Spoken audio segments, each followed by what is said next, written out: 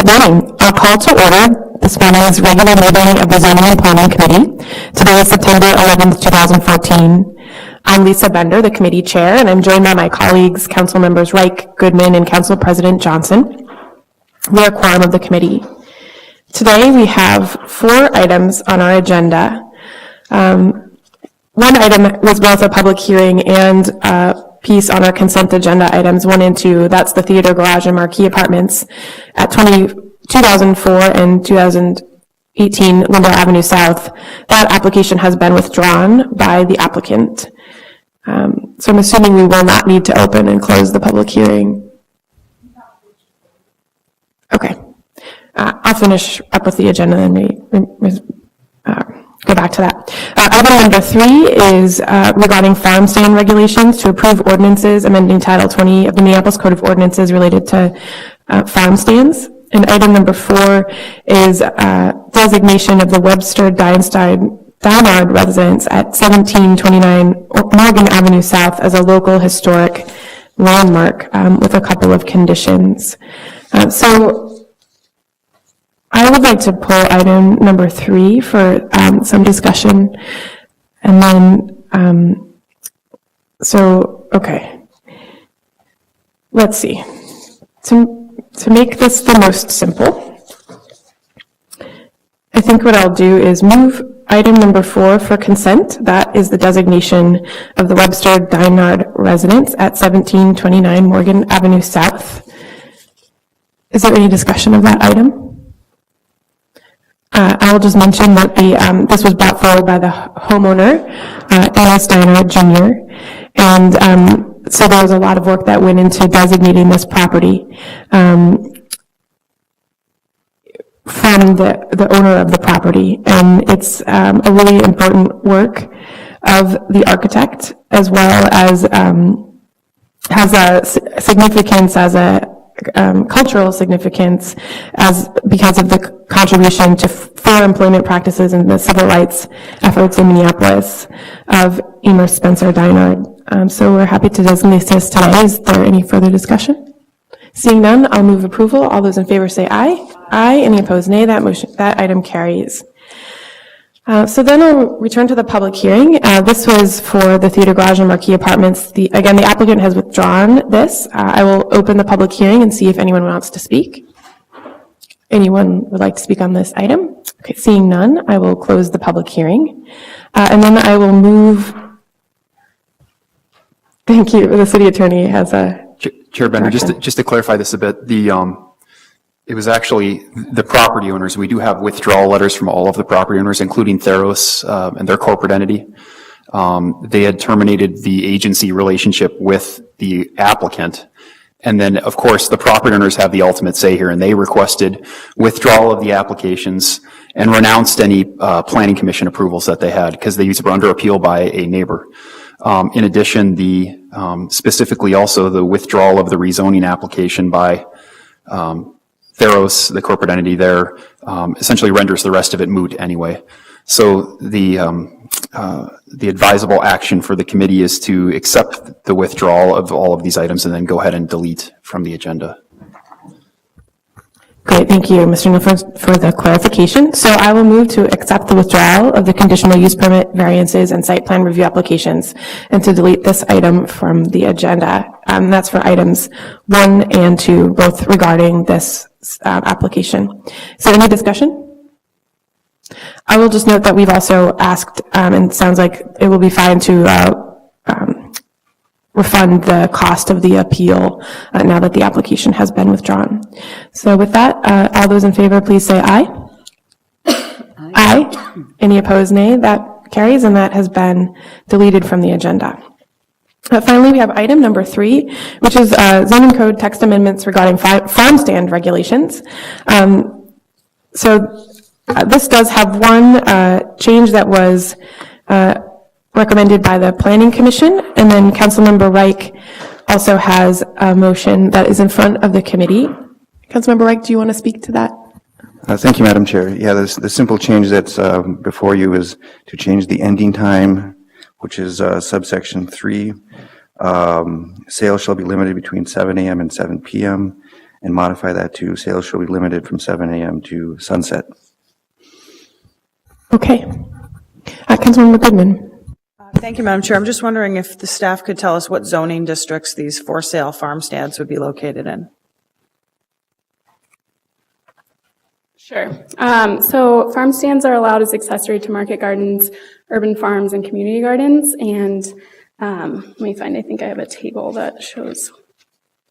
So if it's an accessory to a community garden, it could be in an R1 zoning district. Yes, it could.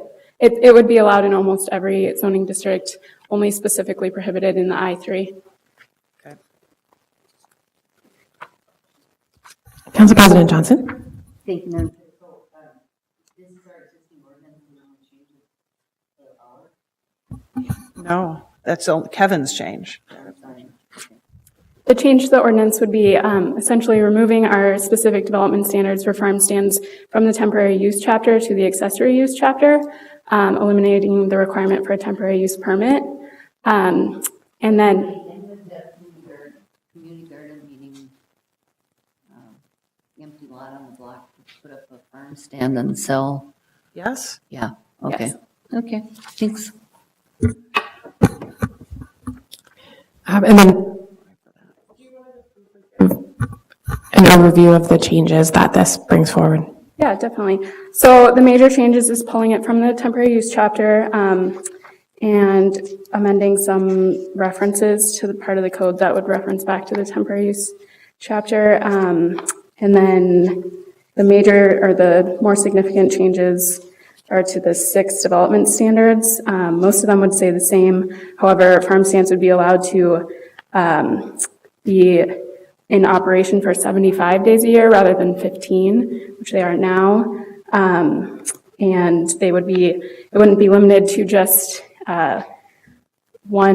just the products of the farm that the farm stand is on, but rather the products of the farmer garden occupied and cultivated by the same producer. So multiple producers with different parcels around the city could aggregate their produce and sell it from one farm stand. So basically, if you were selling your tomatoes in North Minneapolis, or you were growing your tomatoes in North Minneapolis, you could sell those tomatoes at your other parcel in South Minneapolis. So those are the only, the change recommended by the Planning Commission was to allow the temporary sign to stay up during the time that they're in operation, rather than having to be taken down every day. And those are the changes. Councilmember Goodman. So I'm just wondering kind of what kind of public neighborhood feedback we've gotten from this. It's one thing to say 15 days a year, which is essentially like every weekend the whole summer. Now you're saying 75 days a year, which means someone could literally in a R1 solely residential district grow tomatoes in their backyard and sell them in front of their house every day for 75 days for the entire growing season with a sign. So it's kind of a commercial use in a residential area. What was the public participation on that? We got feedback from Homegrown Minneapolis, the Homegrown Minneapolis Food Council, and they supported.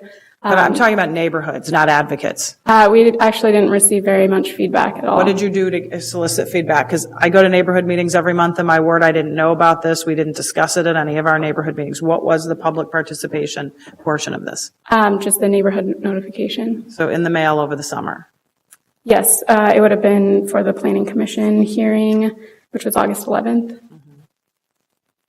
Sorry, Robin, I don't think that's enough feedback from neighborhoods about starting a commercial use in a residential area 75 days a year. That's a pretty significant and drastic change that it looks like we've just tried to slip through. So don't we already allow farm stands in these use categories? Yes, we do, but they would be required to obtain a temporary use permit, and they would be limited to 15 specific days. The 75 days was to match what a farmer's market can. But Madam Chair, it's not a farmer's market. A community garden or someone selling tomatoes out of their backyard is not a farmer's market. Farmer's markets by nature are supposed to be located in commercial districts. This would be located in a residential, could be up to R1 district. Before, if there was an issue, they'd have to get a temporary use permit. The neighbors could say something. I don't think there have actually been any issues. But to go from 15 days with a temporary permit to 75 days as a blanket is a very dramatic change, and it sounds like no neighborhoods in my ward discussed this at all. So I question how many people knew about this before we moved it forward. Council President. Thank you, Madam Chair. I share Councilmember Goodman's concerns, and again, I didn't, as I understand, as this was moving forward. So I really think it would behoove us to have a broader community discussion about this. And, you know, you're changing essentially, and actually I have a lot of these community gardens where, because staff was really great about opening up some of our tornado, you know, which would have buildable lots in the tornado zone, and people really took advantage of it. So as I go, you know, block to block, I bet I probably have 10 of these gardens, you know, just coming up on a block, which has been great. But I don't know that the neighbors would be understanding about having the produce being sold out of them, and particularly on this long 75-day time frame. The other question: what does a temporary permit cost to sell? A temporary use permit, I believe, is a $150 application. I should clarify that the temporary use permit, removing that from the temporary use chapter and removing the requirement for the permit, is also intended to eliminate an inconsistency with the Minnesota State Constitution, which says that no license shall be required to peddle the products of a farm occupied or cultivated by a producer. So we've essentially matched that language in order to be consistent with the state constitution. So the Constitution prohibits charging for a permit to? Obtaining a license, so yes. Okay. Councilmember Goodman. I actually don't have any objection to eliminating the fee. If you charge someone a $150 fee, they probably won't make any money selling tomatoes, so I don't have any problem with that. My issue is that it's 75 days a year, and I want to hear what my constituents think about it. Unlike Councilmember Johnson, I don't really have any of these. I maybe have one downtown. So if in fact this passed, I don't know how many people in my ward would be affected, but I think it creates an inherent change in how we view our zoning districts. And in R1, R2, R3 residential districts, creating a commerce situation, occasionally 15 days a year or every weekend the entire summer I can live with. 75 days a year is every day the whole summer. And I think that would have a dramatic impact, maybe positively in some neighborhoods and maybe negatively in others. And I just don't see how any neighborhoods in my ward were notified of this fairly dramatic change. Councilmember Reich. Thank you, Madam Chair. Since legal issues have been raised, I would defer to some commentary from our legal staff. Sure. Chair Bendrick, Councilmember Reich, as Lisa mentioned, the reason we're here is because of this state constitutional provision, which admittedly had been overlooked during our first go-around of these regulations a couple years ago, or however long that was. Specifically, the provision, and it's an old provision that's been there for quite a while, but it states that no license required. Any person may sell or peddle the products of the farm or garden occupied and cultivated by him without obtaining a license. License or a permit would be the same thing. And so the thinking here was transitioning this from a temporary use permit to an accessory use regulation. I don't know that the fee really has a bearing on that. It's just the idea that they don't have to obtain a license or permit.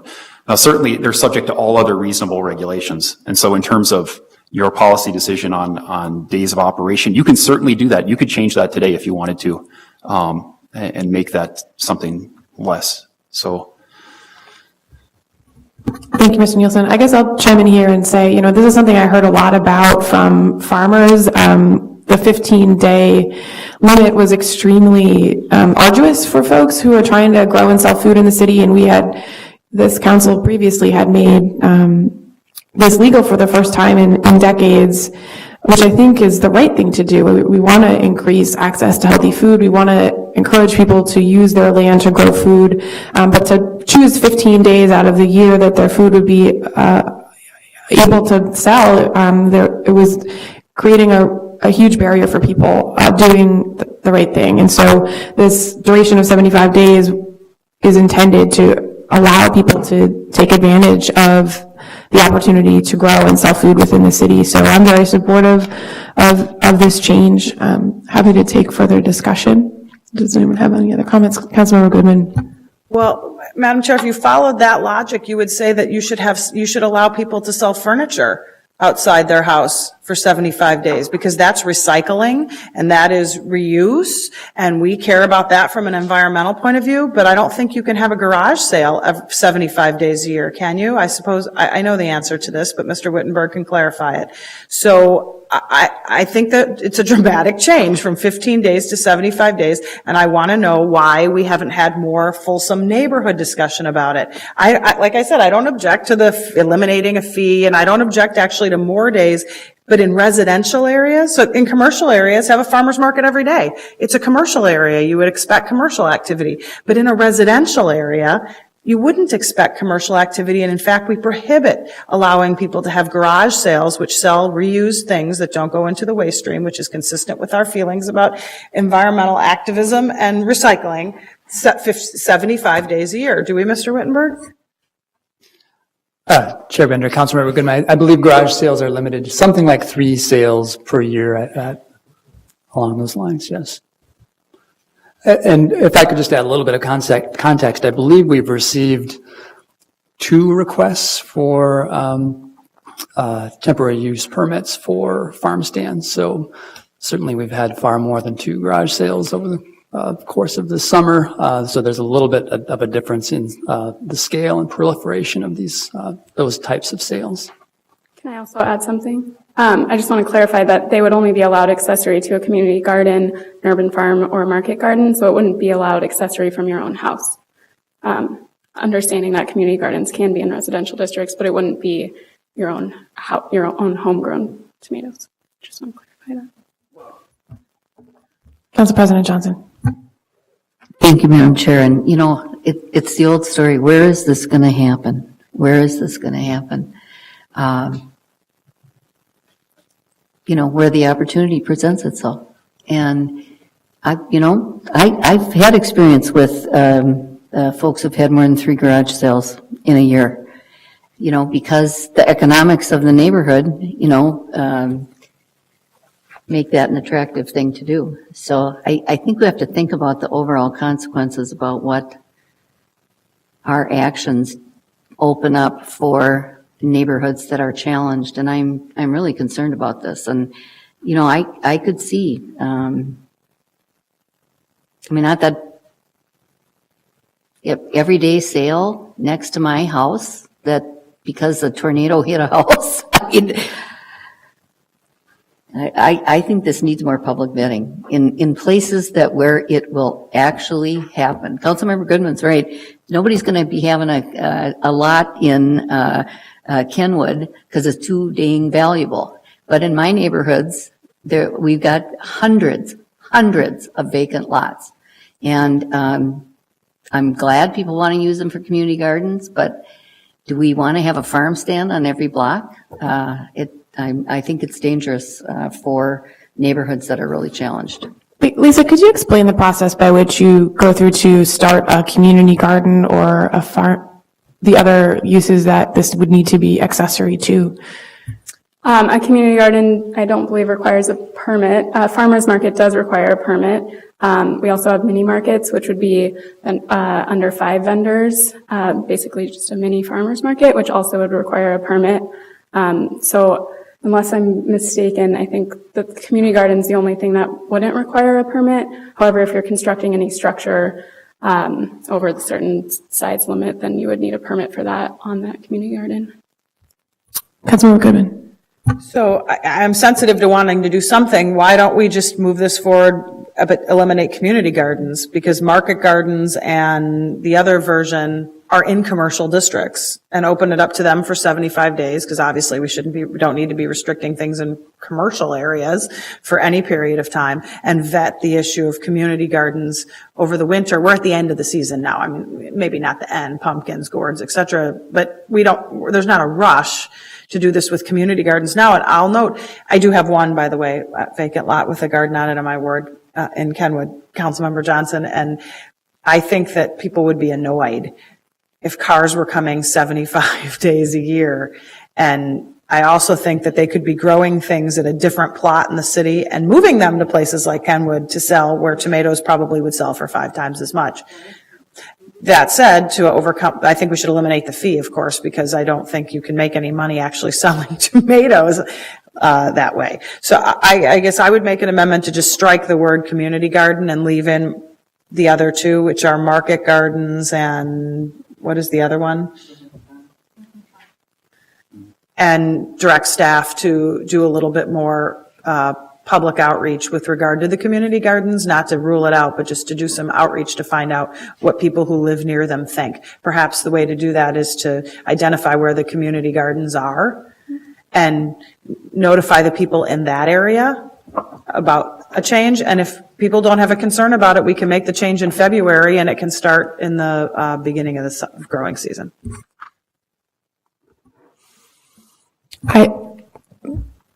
I just want to say, I think it seems like we're asking for a lot of public outreach for these zoning changes, which are not commensurate with the kind of outreach we do, for example, for the 60/40 changes that are happening. I'm not sure that we've gone to every neighborhood organization in the city that's near a bar or restaurant to ask what they think of the changes to how we regulate alcohol and liquor sales. So I understand your concerns, but I feel that, I'm not sure what the additional outreach would look like if we delayed this vote. I think there's been a lot of discussion of urban agriculture policy changes. We had a planning commission hearing, which was attended by a few people, but no one came to spoke in opposition to these changes. Councilmember Goodman. I spoke about the 60/40 and 70/30 thing for the past 3 months in each of the 8 neighborhoods in my ward. There was extensive outreach. I didn't even know this was a possibility to be able to discuss it within my neighborhood meetings. I realize that there are some council members that feel that less community engagement is acceptable. I'm not one of them. And I don't understand what the problem is with delaying this since we're not in a growing season right now. So this would not affect anybody if we were to change it right now, and we would change it for those located in commercial areas anyway. So I guess I'm unclear as to what the problem is with asking people who live near it. I only can speak to the outreach that I do. I'm having a special lunch with Lisa meeting this month to discuss the 70/30 changes, and 3 months in a row have discussed 60/40. So I feel like my constituents for 3 of these businesses have a good sense of it, and I don't think they have a good sense of the market change question. Okay, to that point, I think it seems like we need more communication with council members about the policy changes that are coming through this committee. So I will take that under advisement and make sure people know which changes are coming through our agenda coming up. Council President Johnson.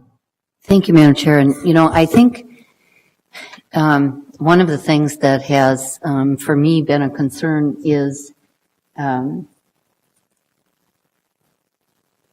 the erosion, I guess I would say, or the continuing challenges with what people want to see in single-family neighborhoods. And as I'm thinking back in my memory bank here, too, I've had complaints at times, and I, try to resolve them, about community gardens. When you have a community garden established in a vacant lot that is right next to somebody's house, and sometimes that's a change, and it is challenging for people. And you try and work through it and talk to the people who are using the community garden, to be respectful of their neighbors, that kind of thing. But these kind of unique new uses in single-family neighborhoods are a challenge, and I really think we have to think about that when we propose changes that are positive in many ways. People used to have gardens in the city, and on my block that I grew up on, actually, I had there were 2 families that had an extra lot, and that was what they used that extra lot for, was to garden. But it's different now, and I really think we have to think about what, in a single-family neighborhood, changing the uses, what that does to people, and have a pretty fulsome discussion about that kind of a change. So I agree with Councilmember Goodman. I think we need to hold off on this for a while and get it out to people specifically. Council members, can I add another clarification? I just found this table, it shows the permitted uses. of community gardens and market gardens. Zoomed in. So I just wanted to point out that market gardens are also permitted in residential districts. So much like a community garden, you'll see P is permitted. So only a market garden over 10,000 square feet would be a conditional use for almost all of the residential districts, and then market gardens and community gardens are permitted in residential districts. I don't know if that helps, but just summarizes. Councilmember Reich. Thank you, Madam Chair. Obviously the conversation has brought up some interesting points. I'm very amenable to, these changes before us. I have a lot of different commercial activities that are, granted, the one specific tiny lot might be commercially zoned, but it's completely ensconced in a residential R1 area. I mean, I've got thriving corner stores, thriving corner pubs. I mean, these are defining features of the Northeast Minneapolis scene. A little more commercial activity scattered throughout would not be anomalous in any way, shape, or form, and probably very positive, certainly within the limited hours. However, if a certain portion of this, as suggested by Councilmember Goodman, should be held off and everything else can move forward with some other changes, I prefer to take that route and have more conversation on the community garden portion as suggested by Councilmember Goodman, with the addition to not losing sight of the motion that I have, which I think this change can be part of the overall conversation. And in addition to that, since we are in this iterative process, I would also see if the committee would be amenable to having the fee structure or the fee cost. I completely agree with Councilmember Goodman. You have to grow a lot of tomatoes to make a margin with $140 up front. So I would be amenable to cutting that in half as an amendment to moving forward as well, per the conversation. Councilmember Goodman. Maybe someone could explain to me the difference between a community garden and a market garden under 10,000 feet. I'm not inclined to add that, but I guess I have to understand the difference between them first. The market garden's over 10,000 square feet. That's a big lot. That's a lot of area to garden. People know it's there. They probably expect there's going to be some ability to buy the food. I'm not sure what the difference is between a community garden and a market garden that's smaller. A market garden is specifically for commercial operation, I believe, in the definition is what it says. I don't have let me see if I can find it. So they would already have to be permitted. Yes. Yeah, I'm not so concerned about that. I mean, if it's a market garden that's already there for that purpose and people know it's there and it already has to be permitted, then the next logical step would be that they would get the food out to people. I'm just mainly concerned about community gardens, that had historically been the kinds of things where people each have a little separate plot and they are growing their own food and that kind of thing. That seems more community-based, and I question 75 days of sales out of those gardens. The ones that are already set up for more commercial production, I'm not as worried about. Lisa, could you give us the details of the permit fees that Councilmember Reich was suggesting changing? So it's our general temporary use permit fee. I think it actually might be $120. I'm not certain. Jason, maybe? So if we made this change to that only apply to the market gardens of any size, those would no longer have a fee. I don't believe that the market gardens actually have a fee because they're not a temporary use. That's correct. That Yeah. if we're making a farm stand go from a use that requires a temporary use permit to something that's simply allowed as an interim use, that fee then just goes away. But if we remove community gardens from what we are contemplating changing, those would still be subject to the $120 temporary use fee. If you struck community garden from this ordinance change. No, I don't believe there is a fee currently for those. The fee I think that Ms. Steiner is referring to is the fee for the temporary use permit, which would simply no longer be required for farm stands and already is not required, if I'm not mistaken, for the garden itself. Mm-hmm. Okay.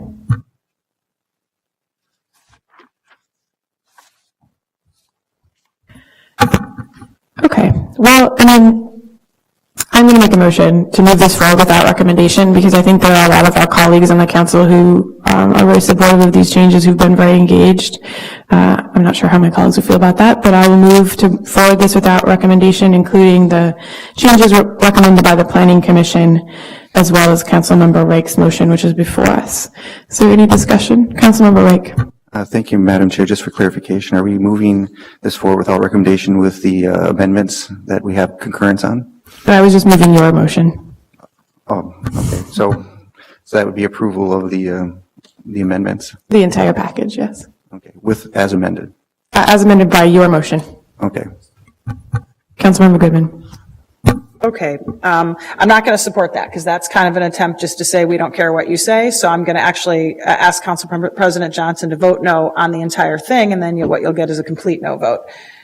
If you don't want to cooperate with my motion, fine, but then we'll just vote it down, because it looks like we have the votes to vote it down. It'll fail on a tie. To pass it forward, you have to have more than 2 votes. Lisa moved it forward, so go ahead. I understand that. That's true. Chair Bender, a tie vote is a denial. It doesn't move forward. Okay, so I'm going to move forward with that the committee move without recommendation, the motion by Councilmember Reich. All those in favor, please say aye. Aye. The motion by Councilmember Reich. Did The- we vote on this his motion. amendment? I'm just moving this. Just his amendment. Let's start with that so it's in there. Yes. Clerk, could you call the roll so we don't have any confusion? Lisa Goodman, Aye. Barbara Johnson, This is just on Councilmember Reich's amendment, not on the main motion. Yeah. I didn't understand that. Is that correct? Is that? Yeah, just the amendment. Just the sunset? Okay. Kevin Reich, Aye. Lisa Bender. Aye. That motion passes. Okay. Then I will move to forward without recommendation the entire motion. Is there any discussion? Okay, Clerk, could you please call the roll? Lisa Goodman, No. Barbara Johnson, Kevin Reich, No. Lisa Bender. Aye. That motion fails.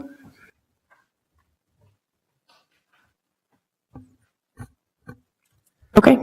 Is there any further action on that item? Councilmember Reich. I would like to move the item forward as amended and with the further amendment of forwarding everything other than the community garden section. Okay, is there any discussion on Yeah, that? strike the word community garden. I wish to amend as such so we can have something before the council. Is there any discussion on that item? Okay, Clerk, could you please call the roll on the motion by Councilmember Reich? Councilmember Goodman, Aye. Barbara Johnson, Kevin Reich, Lisa Bender. That motion passes. Okay, thank you. Seeing no more business, we are adjourned.